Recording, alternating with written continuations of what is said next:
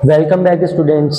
इस वीडियो में आप पढ़ने वाले हो chapter number 9 properties of triangles और आज का कॉन्सेप्ट है properties of isosceles triangle.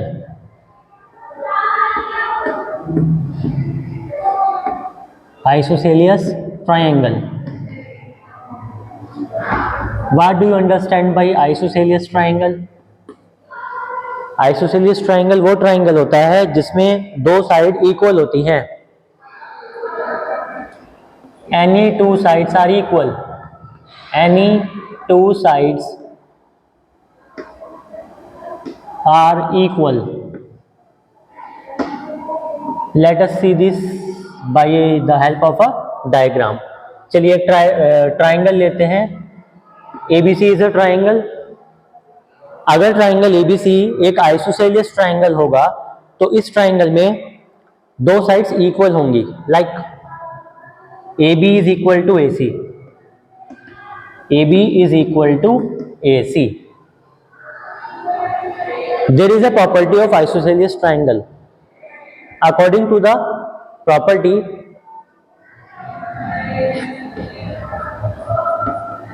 angles opposite to equal sides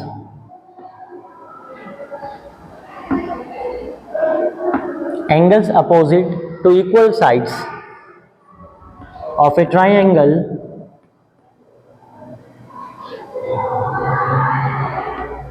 are also equal. This is the property of isosceles triangle. According to this property, angles opposite to equal sides are also equal.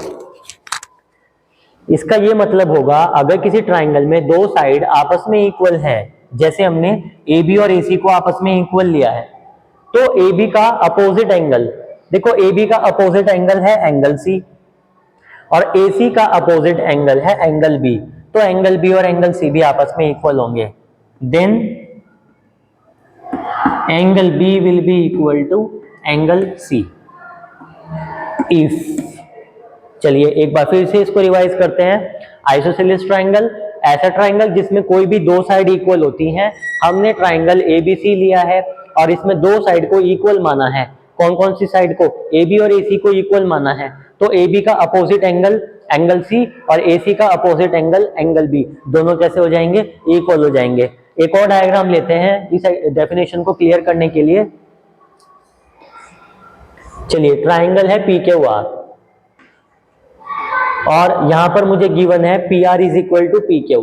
अगर side PR side PQ के equal है तो similarly opposite angles will be equal. PR ये एक line segment है, triangle की एक side है, एक एज है। PR का जो अपोजिट एंगल है वो है एंगल Q और QR का जो अपोजिट एंगल है वो है एंगल P। इसलिए हम कहेंगे कि if PR equal to PQ, then angle Q will be equal to angle P. Angle opposite to equal sides are also equal.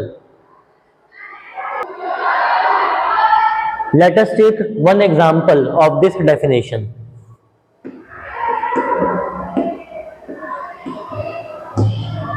एक ट्राइंगल है हमारे पास, ट्राइंगल का नाम रखते हैं XYZ। ये एक आइसोसेलियस ट्राइंगल है। अगर आइसोसेलियस ट्राइंगल होगा तो दो साइड इक्वल होंगी। मान लीजिए XY किसकी इक्वल है? ZY। और आपको एक एंगल गिवन है, ये एंगल गिवन है 60 डिग्री। तो कह रहा है कि ट्राइंगल के बाकी दोनों एंगल कितने डिग्री के होंगे? मान लो ये है X और ये है Y, तो X और Y कितने डिग्री के होंगे? ध्यान से देखना। इफ XY इक्वल ZY, जब ट्राइंगल में दो साइड इक्वल होती हैं तो दोनों साइड के अपोजिट एंगल भी इक्वल होते हैं।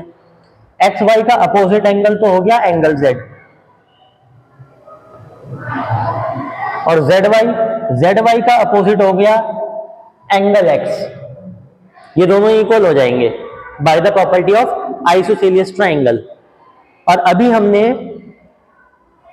इस क्वेश्चन के अकॉर्डिंगली z की वैल्यू हमें 60 डिग्री गिवन है, तो एंगल z की जगह आप 60 डिग्री पुट कर दीजिए, एंगल x की वैल्यू आ जाएगी।